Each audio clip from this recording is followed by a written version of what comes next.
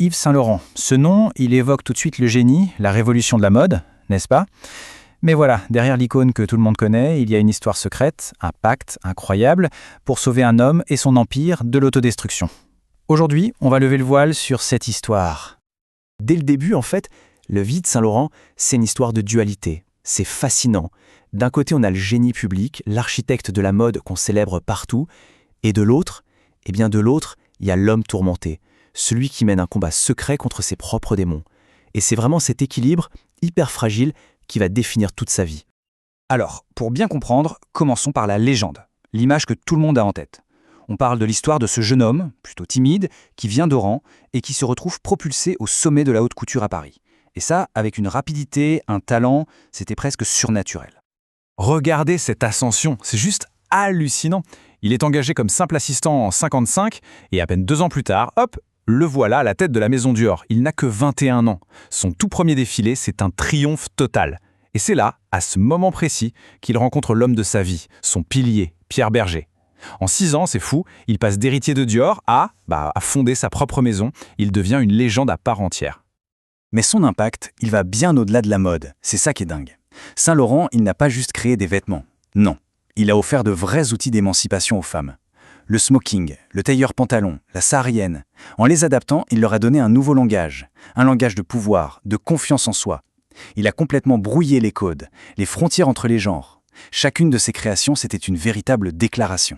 Voilà pour la lumière, mais derrière cette façade de succès, de glamour, le génie, lui, est au bord du gouffre. On bascule maintenant dans la partie sombre de l'histoire, ce moment de crise, une crise profonde qui a failli tout emporter. Écoutez bien ces mots, ils sont de Pierre Bergé en mars 90. Ils sont terribles. Ils montrent à quel point la situation est désespérée. Là, on ne parle plus d'une simple mauvaise passe, non. On parle d'un homme et de tout son empire qui sont en train de s'effondrer. Et le vrai drame, le cœur du problème, c'est ça. Le créateur ne pouvait plus créer. Imaginez. 15 ans d'excès, d'alcool, de drogue. Saint-Laurent est complètement brisé, physiquement, mentalement. Il est hospitalisé, incapable de tenir un simple crayon. La source de son génie, elle semble s'être tarie. L'empire est au bord du précipice. Alors, face à cette situation, cette crise sans précédent, que faire? Eh bien, Pierre Bergé, il va imaginer un plan. Mais attention, pas n'importe quel plan. Un plan extraordinaire, complètement fou, pour tenter de sauver à la fois l'homme et sa maison de couture. Et c'est là que notre histoire bascule. C'est ici qu'entre en scène la pièce maîtresse de tout ce récit, ce qu'on appelle l'histoire officieuse. Un chapitre totalement secret qui ne sera révélé que bien des années plus tard par un certain Fabrice Thomas.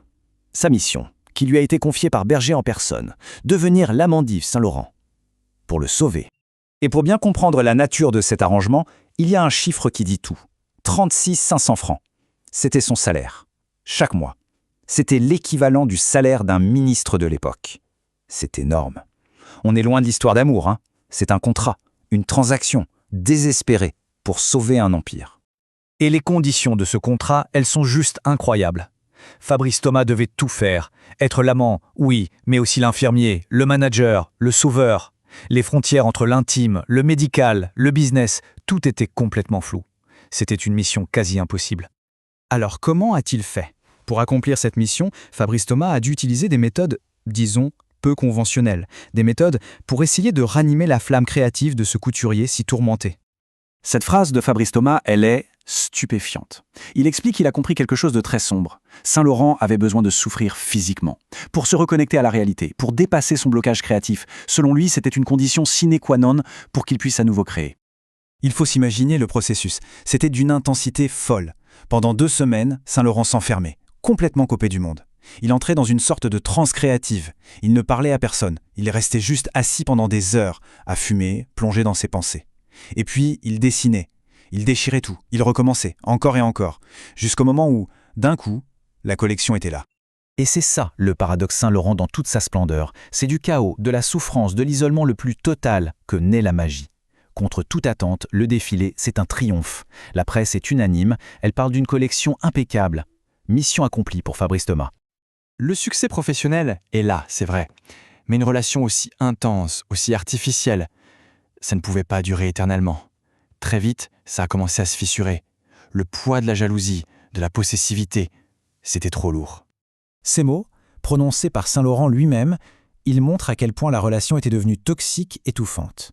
Quand il dit « tu es à moi », ce n'est plus un arrangement, c'est de la possession. Ça révèle une possessivité maladive et ça montre vraiment la tournure très sombre que cette histoire a prise. Et du côté de Fabrice Thomas, la pression était juste devenue intenable.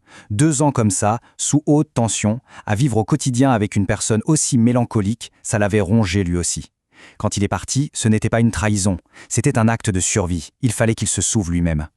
Mais l'histoire est loin d'être terminée. Non. Après leur rupture, ça devient encore plus compliqué. Ça va même finir en bataille juridique autour d'un héritage très, très particulier.